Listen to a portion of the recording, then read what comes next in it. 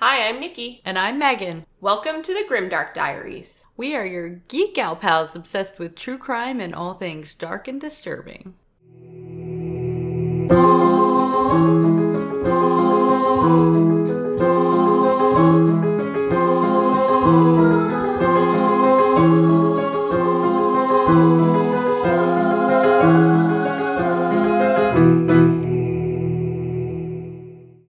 Hello, everybody. Welcome back. This week, I am on the mic with the theme Family Affairs. I feel like doing research for this one really messed up my Google search. Uh-oh. Because when we have a theme, it's hard because I don't know what I'm looking for. Yeah. So then I was like, I went down a couple different roads. This is the Google journey I went on. Okay. To find my case. Excellent. I was trying to think of family. So then I was first thinking like a serial killer family. You know, like a family that slays together, stays together kind of mentality.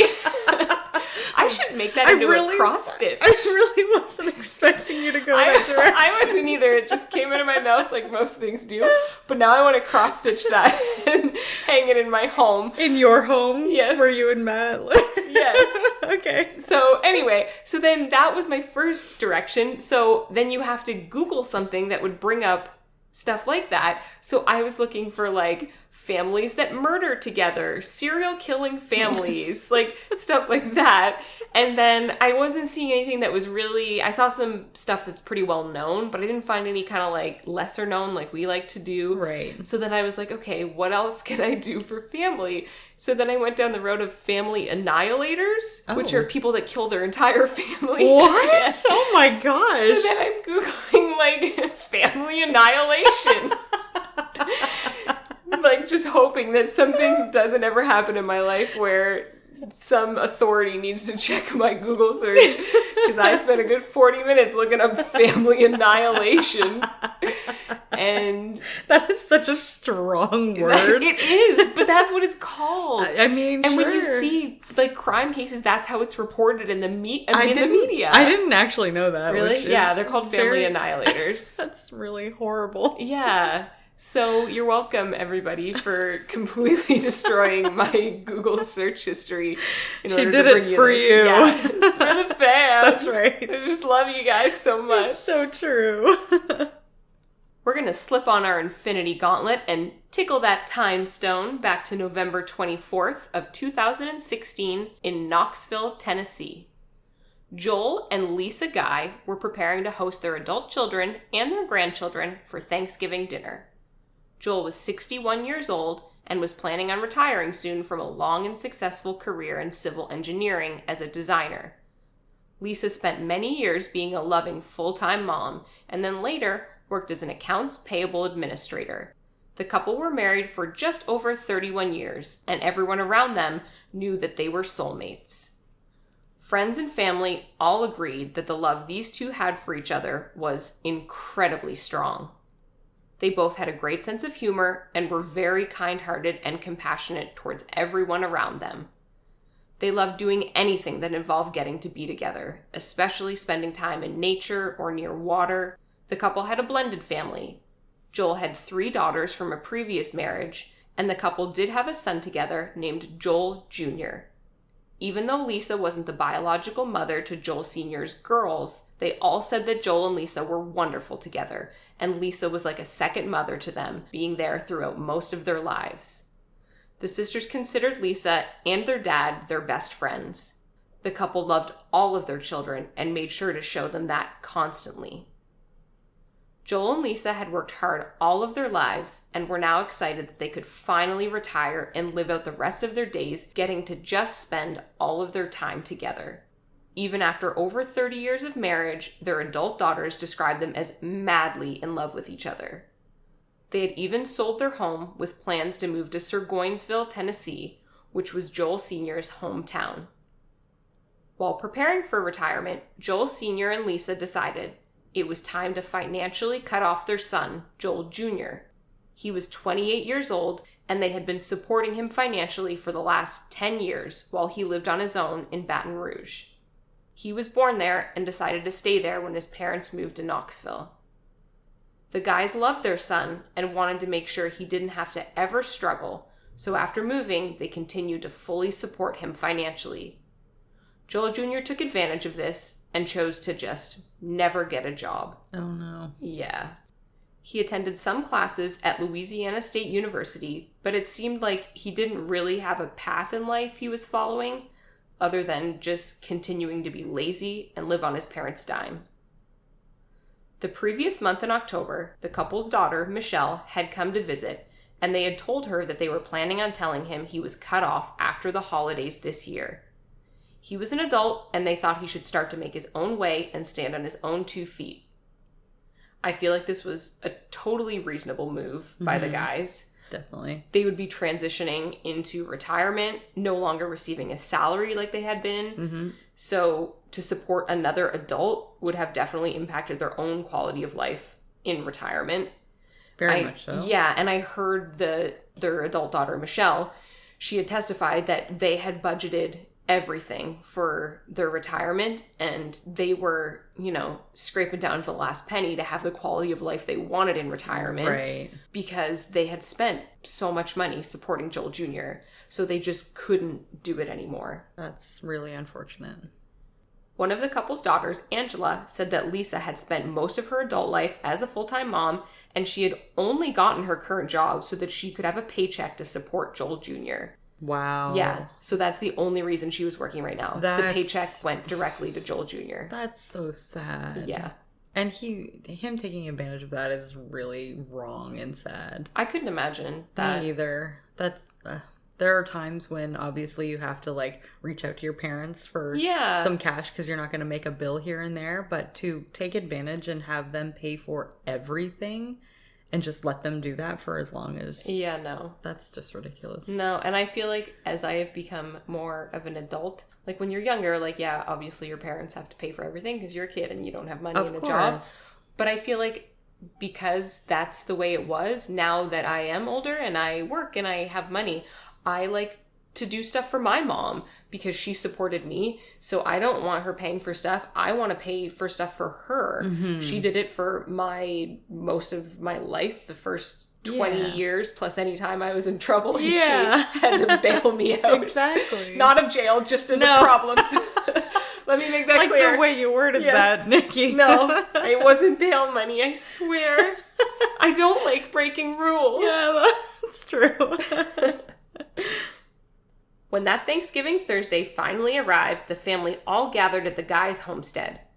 Their daughters described that when they got together with their parents, it's always a lot of funny jokes and funny banter. That's awesome. Yeah. I love that. The way they described it, they said they would just stand in their garage. That was their spot, not like a good Nova Scotia kitchen party. Right? It was apparently a Tennessee garage party. She said they would stand around for hours. Oh, I love that. Yeah. That's so wholesome, and I really don't want you to continue the story. And they said they would say their dad, Joel Sr., he always told the best stories, and he would always tell the same stories over and over again, but he told them so well that they never would tell him. They would just listen to them over and over because they were so good. I love a good storyteller. That's great. But the girls said that Joel Jr. never participated in any of that fun family time. He was very welcome in the house. In fact, he had his own key, his own garage door opener, and his own room where he kept lots of his stuff from when he was younger. When the family would all be gathered together, cracking jokes and telling stories, Joel Jr. would usually be locked in his room. But not this Thanksgiving. His half-sister Michelle recalled that Joel Jr. was actually hanging out with the family this time and was joining in with the banter and jokes. The moment the family started to arrive at the house, Joel Jr. was talking to everyone. Up until this point, she didn't even know if Joel Jr. knew the names of her kids, his own nephews. What? Yeah. Wow. Yeah. That's really sad. That's how little interaction he had with the family. Oh my gosh. But this day, he was carrying on and playing with them. He even broke out some old collectible toys he had stored in his room and gave them to the kids as gifts. Wow. They were totally Beanie Babies. Oh, really? Yeah. Some of the family members thought that this was odd behavior, but not weird enough to really ring any alarm bells. I would have been excited. Like, I would have been so happy that he finally decided to join the party. Like, that would have been such a wonderful moment. Exactly. But I'm scared as to where this is going. Joel did always come home for the holidays, and he did always join them for supper. So this just seemed out of character for his usual antisocial self, but not worrisome. I feel like, especially like what you said, Megan, if, you know, you want him to be social and you want to have that interaction with your family and he starts doing it, you're going to be excited. Yeah, and you're going to encourage it. Yeah, exactly. For sure. The daughters and their families all went home that evening after dinner. Joel Jr. had decided to stay for the weekend, which the sisters thought was odd, but again, not something that would raise any big alarm bells. The women all said their goodbyes to their parents. Little did they know that would be the last time they would see their parents alive. No. 4 days later, on Monday, November 28th, Lisa didn't show up for work. This was very out of character for her. She was always reliable, and her boss became worried. She tried to call Lisa, but couldn't get a hold of her or Joel Sr. She then decided to call the police and let them know that Lisa and her husband didn't show up for work, and no one is able to contact them. The police agreed to do a welfare check on the guy's residence. When 2 detectives showed up at the home on Golden View Lane, they noticed the couple's vehicles were still in the driveway. They walked up to the front door and knocked, but got no response. Realizing that there was something more sinister happening in this home, 2 more officers joined them in their search of the home. Through the glass on the front door, they could see groceries, including perishable items, on the floor of the foyer. Oh, no. So it kind of looked like bags had been dropped and kind of spilled over. I've seen this movie before. I don't know if you've seen this Not movie. this particular movie, but the groceries dropped on the floor and murder being maybe happening. Groceries are expensive. I would never drop my groceries. I also would never drop Somebody my came groceries. to murder me, I'd be like, please let me put the perishables in the fridge. The kale will wilt. Oh my God, the kale.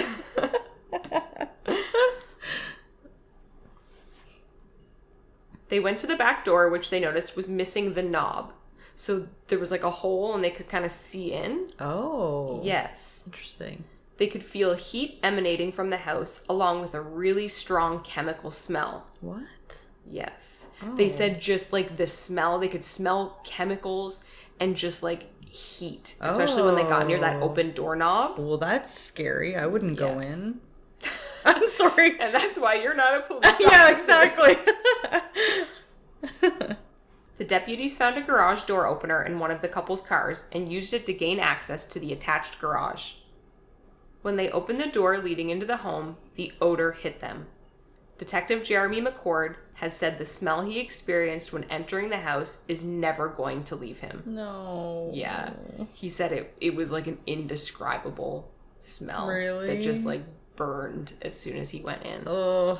Yeah, he says he will never like ever forget that smell. That's awful. Yeah. Oh my gosh. I know this definitely isn't as bad, but my gram, she lived in a home when she was older. Right. So she was in her like mid-90s. Yeah. And so we had to put her in a home because she had a little accident, so she needed care. Mm-hmm. And she was living a grand old life in there, and we would go visit her. And I don't know if you've been in any nursing like homes. Not really. So sometimes it smells like poop. Oh. Yeah, because, you know, some people need to wear adult diapers Fair or enough. whatever it is. And, I mean, you're just walking by all these bathrooms and there's laundry rooms. And sometimes we'd go in there and it would smell like poop a lot.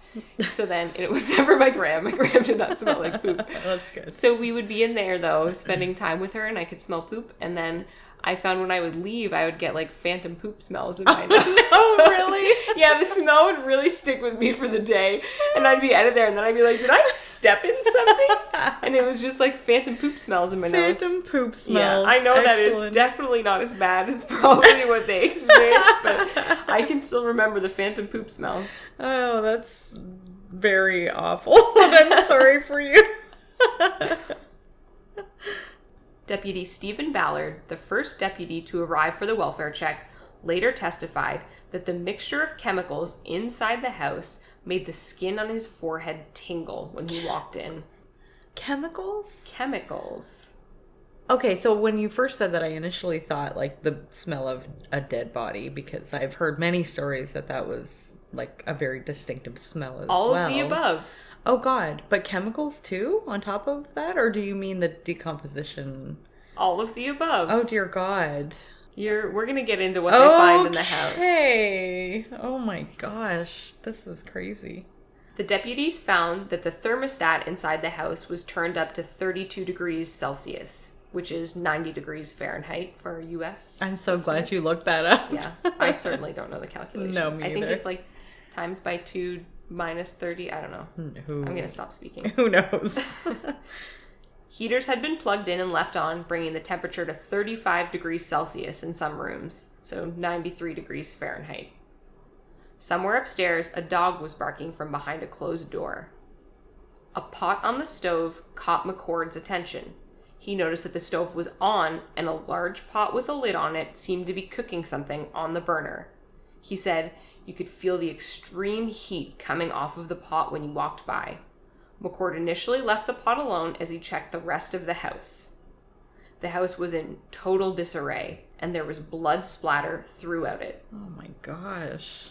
A detective then proceeded upstairs where he saw something at the far end of the hallway. He walks towards it, only to find Joel Sr.'s hands laying on the floor. What? And that's it. What? Just his hands. Really? Yes. I am very confused and disturbed right now. I imagine Detective McCord was as well. Right. One was a fist, and the other was open palm up on top of it. And they had been severed at the wrists. So placed like that? Oh, that's creepy. Yeah. Oh, God. Near them was a pile of very bloody clothes. Okay. Men's clothing. Right. And blood splatter every which way. Did he disappear and just his hand stayed? Spliced? That's the worst magic trick I've ever seen. Splicing is no joke. The 4 officers then call for backup and for a forensic specialist to do a full investigation of what is now a confirmed crime scene. So you can view one of the detectives, I think it's Ballard, he is wearing a body cam. Okay. And this footage is out there. Oh, is However, they blur out the hands. I mean, I can see why, yeah. Yeah. I'll talk more about the footage later when we get to a part, because there's a lot of footage you can watch, so I'll bring it up again where you can watch that. Okay. Further searching the house, authorities found the couple's torsos and other body parts inside 2 blue plastic containers in a bathroom. Oh my gosh. The bathroom floor had been covered with large plastic sheets, and the 45-gallon containers were filled with corrosive liquid chemicals.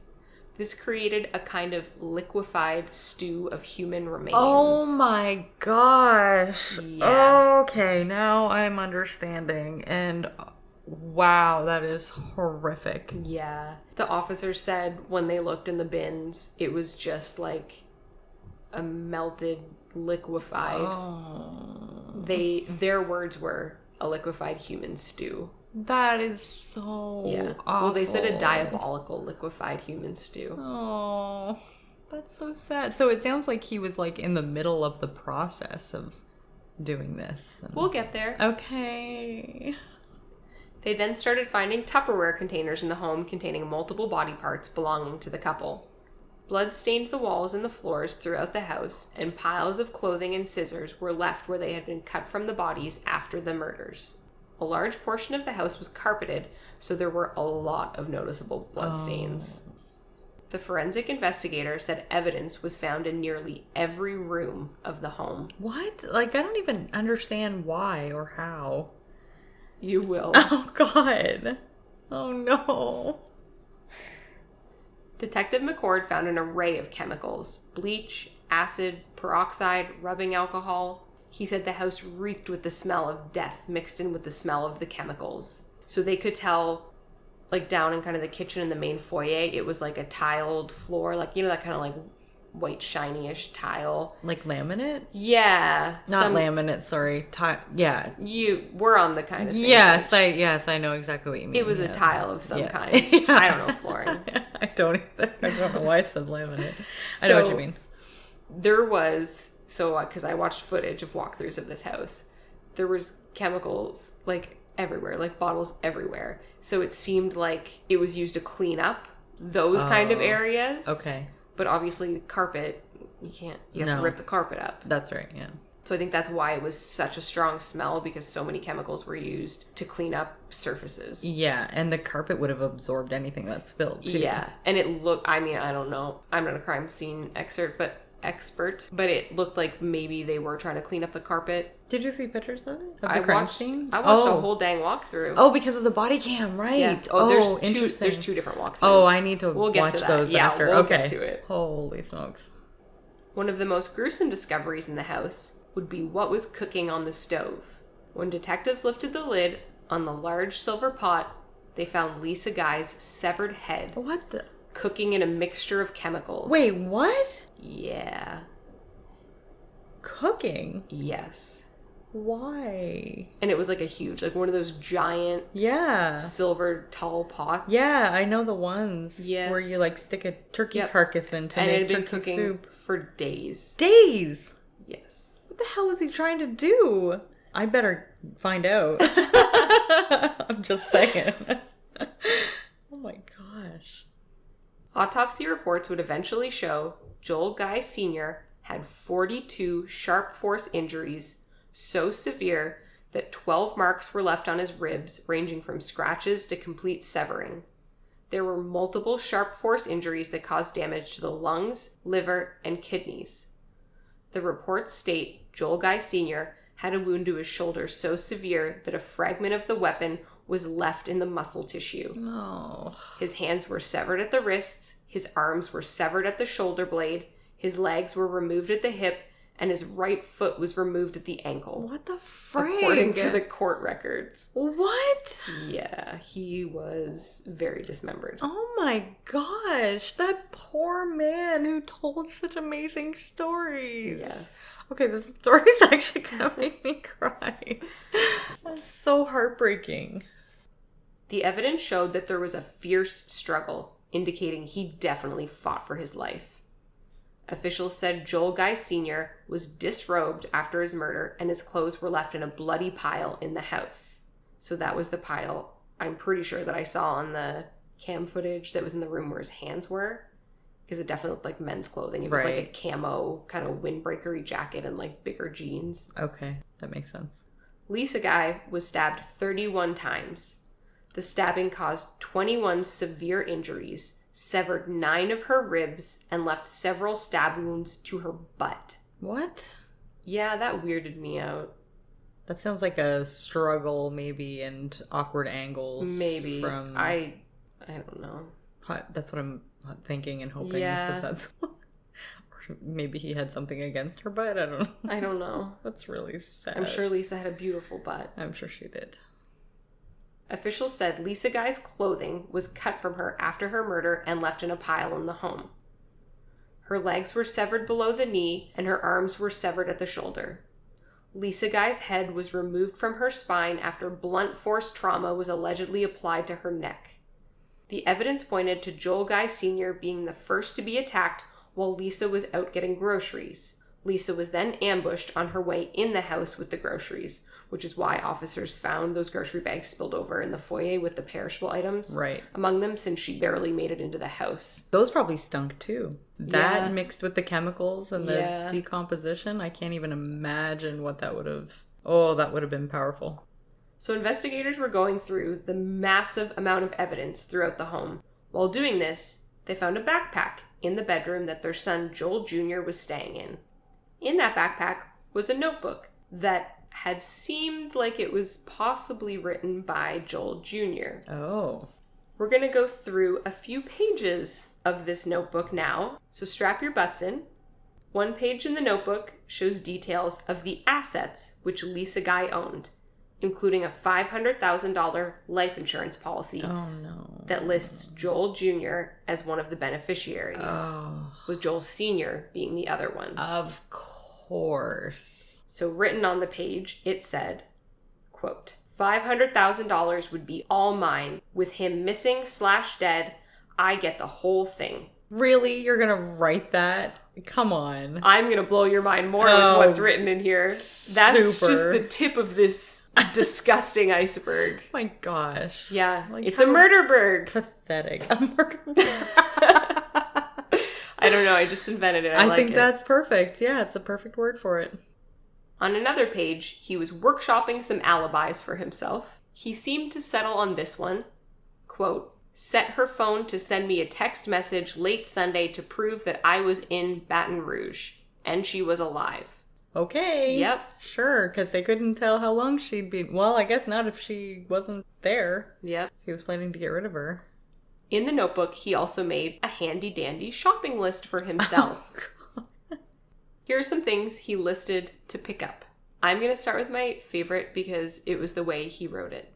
So initially, it looked like he wrote, get knives, multiple. But then, you know when you're making like a list, like maybe a grocery list, and you write, I don't know, get bay leaves. And then you're like, oh wait, were those fresh or dry bay leaves? Right. And you're like, oh, it's dry. So then you write kind of above the word. Yes. You know, you put that little hat and you write the word above. Yeah. So he wrote get knives multiple. And then he added in killing between get and knives.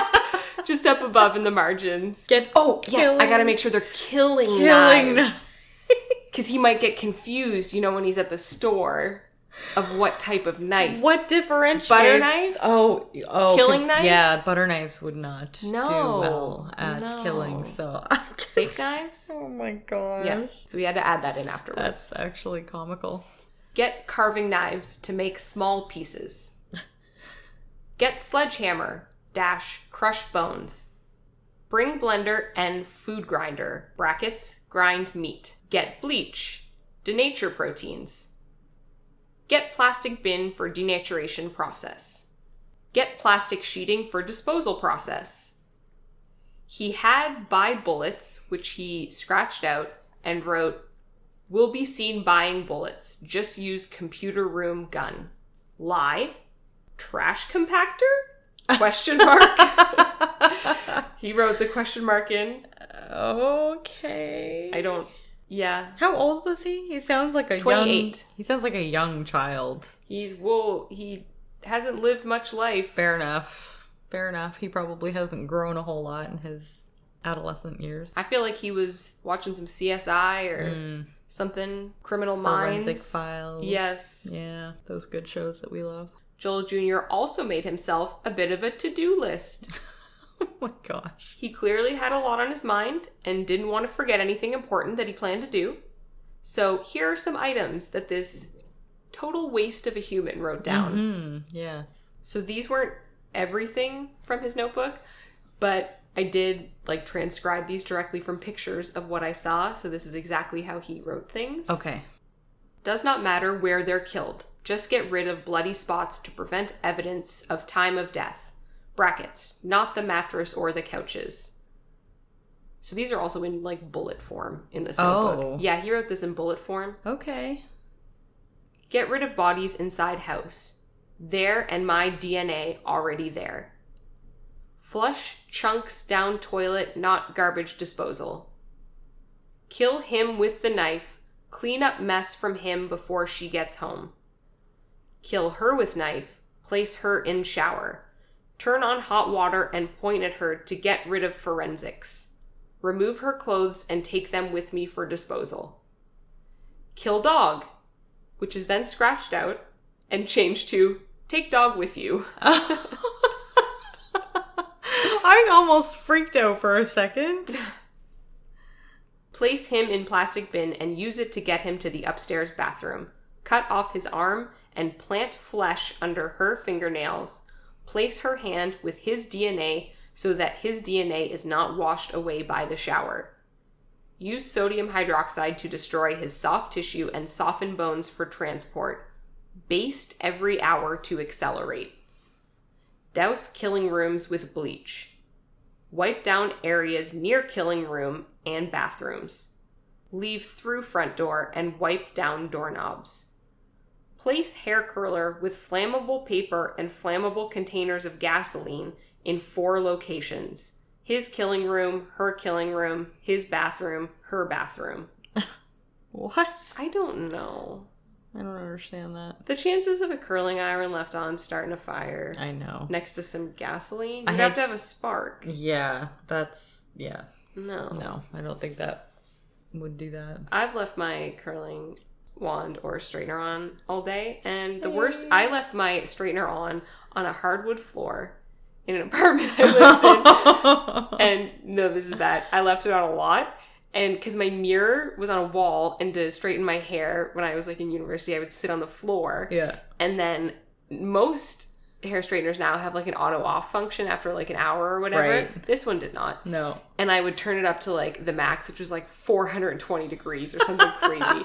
And then I would leave it on the floor and not think. And I would go out for whatever, school or out somewhere or gone for the day. And then I would come home and be like, oh shit. And so I'd pick it up. And it would leave, because when a straightener's open, it's like a little V. Yes. So it left all these little V's all over my floor. So it looked like a penguin with hot feet was making tracks on my hardwood floor.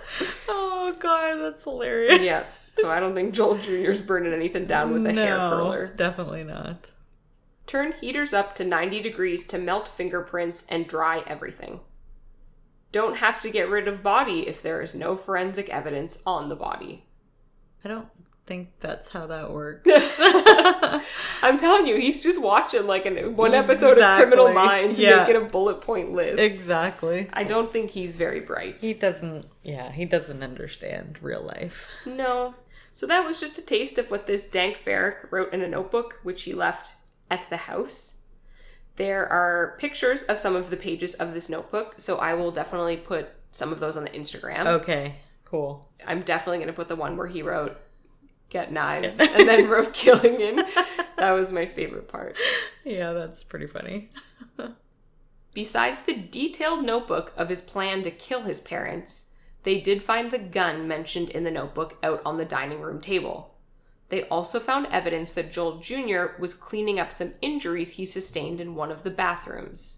I couldn't find if it was injuries he got in the struggle as the guys fought to the very end against their ungrateful son, or if he is just a bumbling idiot who cut himself while dismembering his parents that took care of him for his entire miserable 28 years of existence. He left the house and the crime scene before he fully carried out his plan because he suffered these cuts on his hand, which he felt he needed medical treatment for.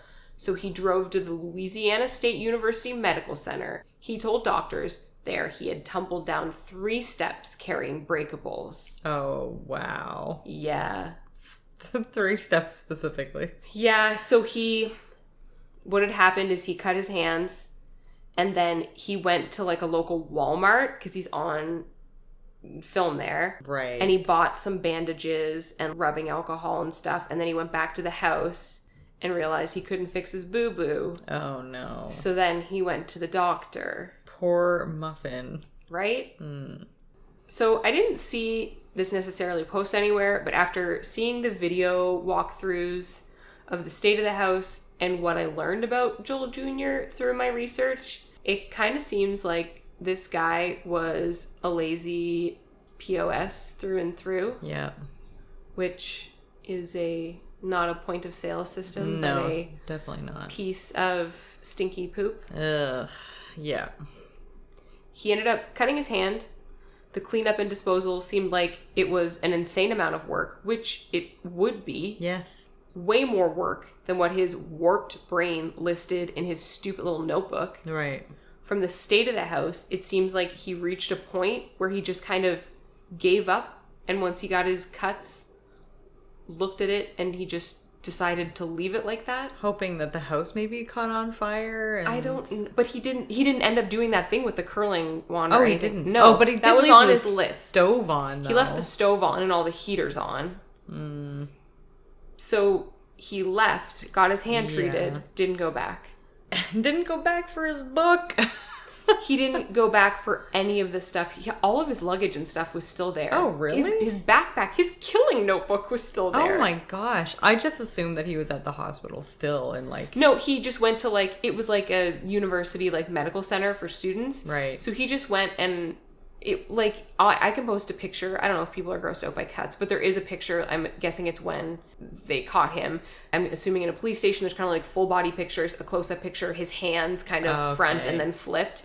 And it's just like a gash on his hand. Yeah. Like, I'm pretty sure I've done worse with sewing needles. Yeah, like probably. There's one gash that's kind of deep, and I'm assuming that's the one that he was like, oh my God, I need help. Ugh, God.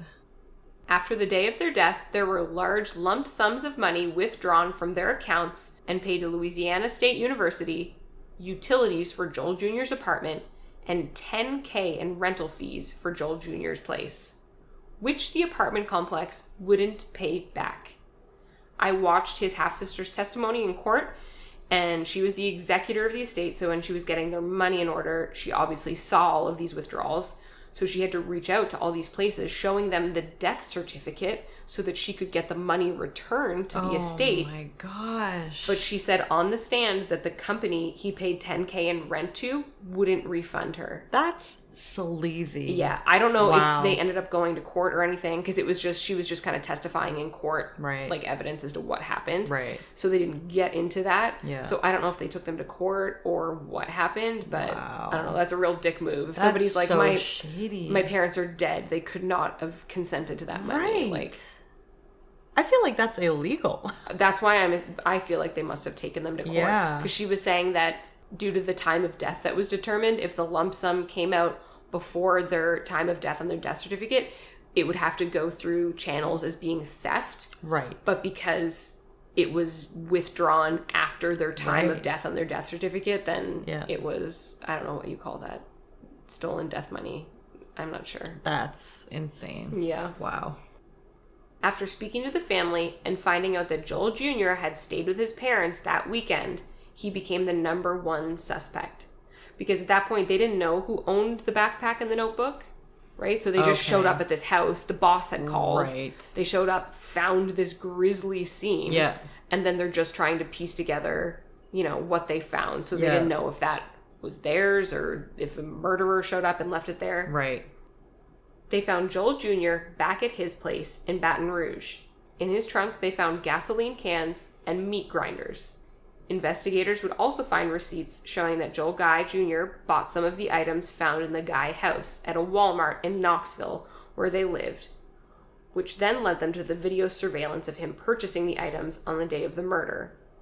What I heard, too, that was kind of grisly, is that on that Walmart footage, you can see Joel purchasing stuff. When he cut his hand, he's in there trying to buy bandages and stuff. Yeah. And his hand is so injured that he's like, can't even get his wallet out, and he's having trouble paying, and he's so dramatic. Wow. But what's super sad is that like 3 hours before that is Lisa Guy is on that same footage at Walmart buying those groceries. No. So that's the last sighting of Lisa alive. That's is on the same sad. Walmart surveillance camera. Oh my getting the gosh, groceries. That's so horrible. Oh my gosh.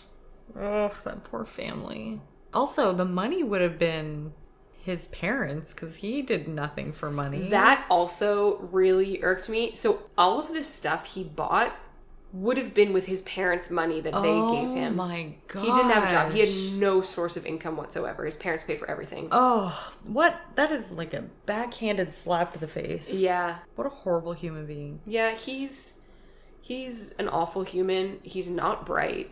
Like I can't believe he left everything there.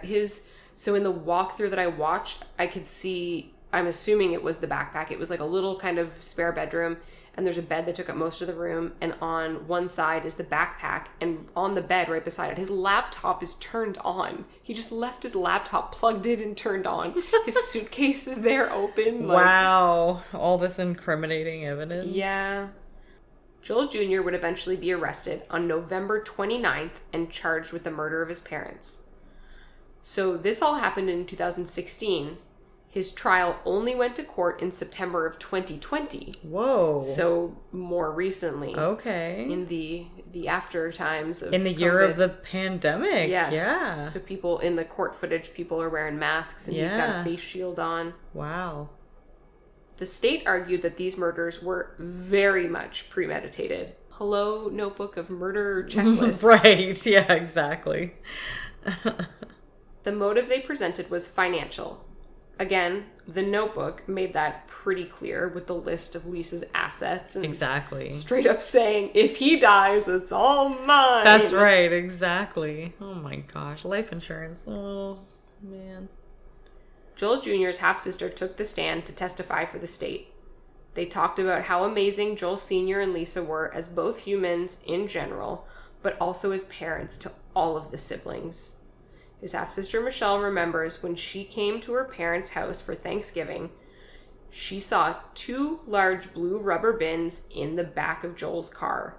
These were the same bins investigators found in the house with the body parts soaking in the chemicals. I mean, they can't prove it was the same bin, but she did see it. Yeah. Because she thought, at first she thought it was luggage, and she thought, Joel must have forgotten to bring his luggage into the house. Okay.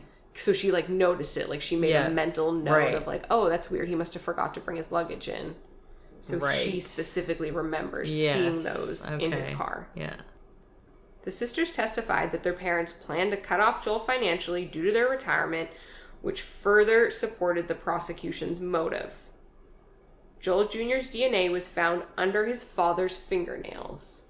His DNA and his fingerprints and palm prints were found all over the house, but he stayed there. Yeah, so it was in very incriminating areas because there's knives everywhere in the house and stuff, and were they killing knives? Yes, they certainly were. And there's a box of rubber gloves and stuff, and his fingerprints were found on those and stuff like that. The defense tried to dispute that the notebook and the backpack that it was found in did not belong to Joel Jr.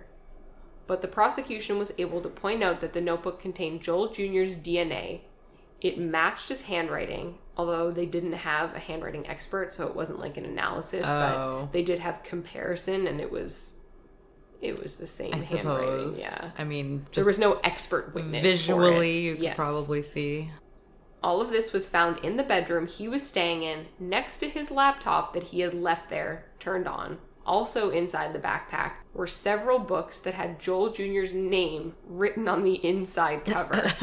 In the same backpack of the notebook. I feel like it's pretty obvious. No, it's not his, Megan. No, for That's sure. not his backpack. No, there's no evidence of it. There must be another murdering Joel guy Jr. Right. Right. The trial lasted 4 days and involved more than 700 pieces of evidence and 27 witnesses. Although some evidence found at Joel Jr.'s apartment in Baton Rouge was not allowed in court, Judge Steve Sword ruled that the search warrant police had didn't establish a clear link between the Knox County murders and his apartment. Although he was arrested there after the murders, police did not prove that he entered the apartment after the murders took place. So all of the fibers, blood, and bodily fluids found at Joel Jr.'s apartment was off limits in court. Oh, man. Yeah, because there was no way to prove that he went there after the murders. Right. So.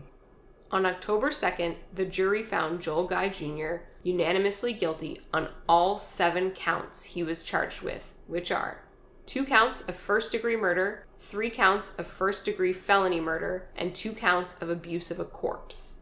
He was sentenced to life in prison for counts 1 through 5 in October of 2020. Judge Stephen Sword revealed his fate for counts 6 and 7 during a court appearance on November 19th, 2020, handing down 2 consecutive life sentences. Judge Sword called this case the, quote, most extreme form of abuse of a corpse, end quote, he's seen in his 25-year career. The judge told Joel Jr. that he thinks he's smarter than he really is, noting that the crimes were committed in an unintelligent way. Judge Sword said Joel Jr. showed no remorse for his actions during the trial and had in fact appeared proud of his actions. He also said he had concerns that Joel Jr. has a depraved mind that would not change over any length of time. It was a crime of pure evil overkill, Judge Sword said. I love when the judges do a nice mic drop. Yeah, same here. That was a beautiful speech. Yeah, I like that he told him that you're not smart. Exactly, you think you're smart, but in fact, you're a bumbling fool. This was an unintelligent murder. Yeah, I'm really glad they drove that home because he seems like a dink. And he's not going to do well in prison. No. Joel Jr. will not be eligible for release for 130 years. Perfect. Yeah. So because of the delay in the trial, he ended up sentenced when he was 32 because it took 4 years. Happened in 2016. Wow. Yeah. That was quite the delay. Yeah. Holy smokes. During the sentencing, Judge Sword said 300 years isn't enough time to reasonably relate to what Joel Jr. did. Before his trial began, Joel Jr. actually requested the death penalty, but prosecutors said they did not intend to seek it. His family members were torn on this. Some wanted him executed. Some wanted him to suffer in jail forever. I mean, he's only 32, so he's literally going to spend his entire existence in jail. Up to 60, 70 years in prison if he lives that long. Yeah. And I don't think he'll get paroled. I don't think so either. No way. And I'm sure his actions when he's in prison will not prove that he is rehabilitated. No, we're going to learn a little bit about his actions in prison. Excellent. Yes. Interesting. Yeah, Joel Jr.'s story does not end Can here. I also just say that I love that the judge's last name is Sword? Right? It's very, sword and scale. Right. Yeah. Yes, exactly. While in prison in October 2020, so after his conviction, but before Judge Sword had handed down the consecutive life sentences, right, Joel Jr. wrote a letter to authorities telling them he's had fantasies of gouging out the eyes of fellow inmates, and he could be a threat to the general jail population. Quote, I'm writing this letter because I don't want to end up with a disciplinary infraction or worse, more criminal charges, nor do I logically believe that this gentleman deserves to be blind. End quote. Gentleman? Yeah. Was he talking about the other inmates? Yeah, he was going to gouge his eyes out. Okay. Yes. He goes on to describe that he wants to use his fingers to gouge out his cellmate's eyes while he sleeps. According to Judge Sword, Joel Jr. had threatened to blind his cellmate in order to try and get a cell to himself.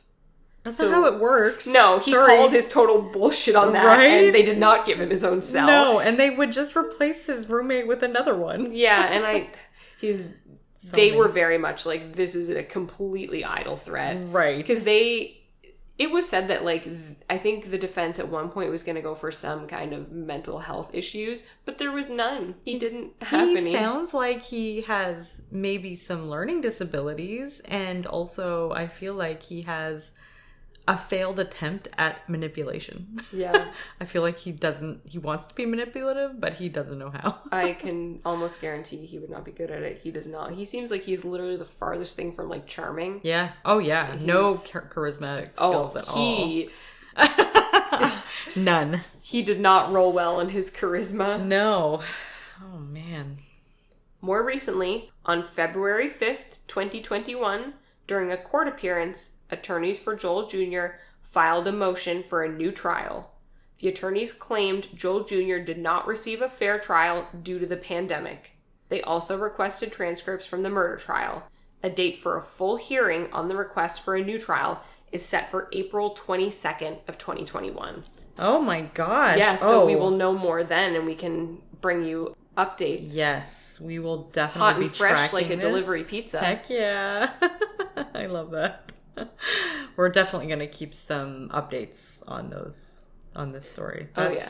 That is insanity. Yes. Wow. Yeah, and so, okay, the walkthrough footage. Yes, please. So you can watch the court case. I don't think it's the whole court case because it was a 2-hour video. So it's whatever day of the court case. Right. Or maybe it's a super cut, a smash cut, a fan edit. I don't know. Either way, I watched 2 hours of court, and they show the officers, the officers that were first on scene, their body cam footage. And so you do see the blood everywhere. You see the piles of clothes with blood. You see the pot. They don't open the lid. That's good. But you see it and you see the oven on. And they're going through the house. You can hear the dog barking. Lots of blood splatter. And then you see the moment they realize that that there's a pair of hands on the floor. Right. And they're like, at first, like one guy sees it, but then they have to clear the rooms. Yeah. I say this like I'm a police officer, but I learned it from the video. Yeah. So they're going room by room, clearing them before they can just run to the end of the hall. Of course, yeah. So they get there, and one of them is like, wait, what is that? And he goes, are those human hands? And they're like, back out. And they're like, because they realize it's a crime scene. Oh, now it's a crime scene. It's not just a missing person. Yeah. It's a straight crime scene. So they retreat so that they can call in forensics and stuff. Right. And then the forensic specialist, she does a walkthrough with a camera. Oh, okay. Yes, after the house had been cleared to make sure there was nobody in there alive. Of course. She does a forensic walkthrough, and that one shows a lot because she's zooming in on all the forensic evidence. Oh, she has like an actual, not a body cam, but like an actual camera. Oh, yes. Interesting. So she's walking through, and you can watch that. They, again, blur out where the hands are. Of course. They go into the bathroom, and the blue bins of the liquefied humans, but they blur out the top, so you cannot see the human remains. You can imagine it though. Yes. And it's just like, it's just blurred so you can see colors and stuff underneath it. No. Yeah, it was, but you can totally see it. I was like kind of watching, I'm so morbid. I was like, because she's moving, so the little blur had to move. And then I'm kind of like, come on, like slip a little. I just want to see a little bit. Not that it's a horrible thing that happened, but like morbid curiosity. It really is a thing. I cannot picture what that would look like. No. Other than what they've shown in movies before. Yeah. Like, I feel the same way. There would be a horrible, morbid curiosity on my end. And I'm sure if I did see it, I would immediately regret seeing it. Yeah, maybe. Yeah. Probably. But in court, they had to see it. Yeah, so it was actually shown. Could you imagine being on the jury? Oh my goodness. I couldn't even imagine. No, they would have seen all of the evidence. Yeah, they would have had to have seen it.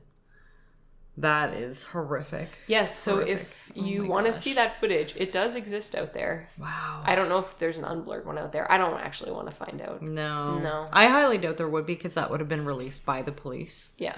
So they probably wouldn't have even released it without the blur. No. I mean, there is footage out there of other crime scenes where a police officer, maybe a rookie or something, might have slipped and showed his friend, and it kind of went viral after that. There's been scenarios like that have happened, but I don't think for something like this that would have been the case. It was really heartbreaking. Their daughters, like the adult daughters, they were very sweet and well-spoken on the stand, and they just talked about how in love Joel Sr. and Lisa were. Ugh. And like, for them to say that when like that's not their biological mother. Right. So they were, I'm not sure of their ages, but they were younger when Lisa and Joel Sr. got married. And they were married for 31 years. So I'm assuming they're in their mid-30s, late 30s, possibly early 40s. Young. Yeah, I'm pretty sure they were young. The girls don't look super old, like, I'm not sure. Right. But then they're getting choked up on the stand talking about,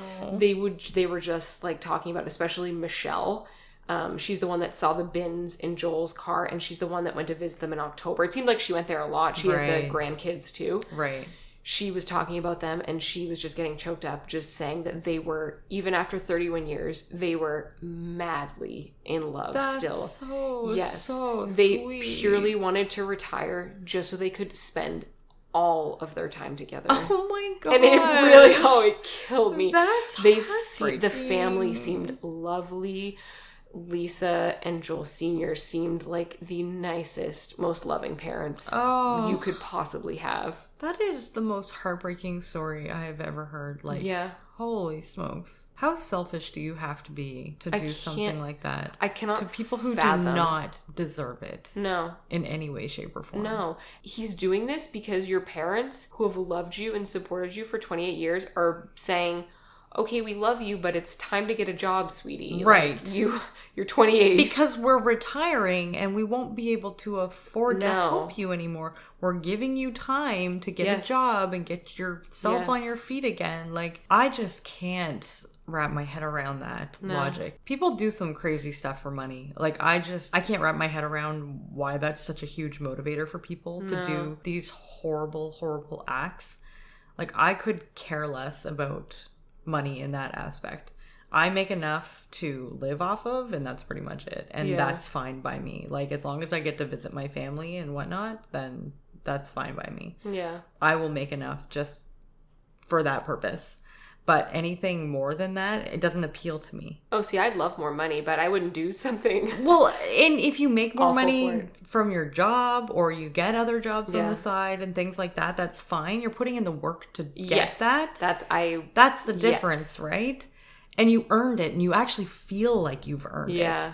But Joel Jr. hasn't earned a damn thing in his life. Nothing in his whole life. No. And he was the luckiest guy in the entire world, and he didn't even know it. No, that's, a lot of times you hear these things when this happens, and, the kids were abused, or they had an awful upbringing. Right. But literally every report is like, Lisa and Joel Sr. were the sweetest, nicest parents in the world, and they would give anyone the shirt off their back. They are like relationship goals. They are. I'll post some cute pictures of them on the Instagram too. They were very precious. Oh. You can tell they were very in love. That's so sweet. Well, on that note, I think we're going to roll for our next category. Yeah, it's your turn to roll. My turn to roll. It's your turn to mess up your Google search history. I can't wait for that. I actually have... I really have to clear my history and get rid of my computer and get a new one. Every time I look up a news story, I feel like I have to do that. Okay, here we go. Is that a 3? It's a 3. Oh my gosh. Wow. We cannot roll well. When is our next D&D game? I feel like we're not in a good place for this. I ain't seen she's a gold digger. No, you gotta sing it.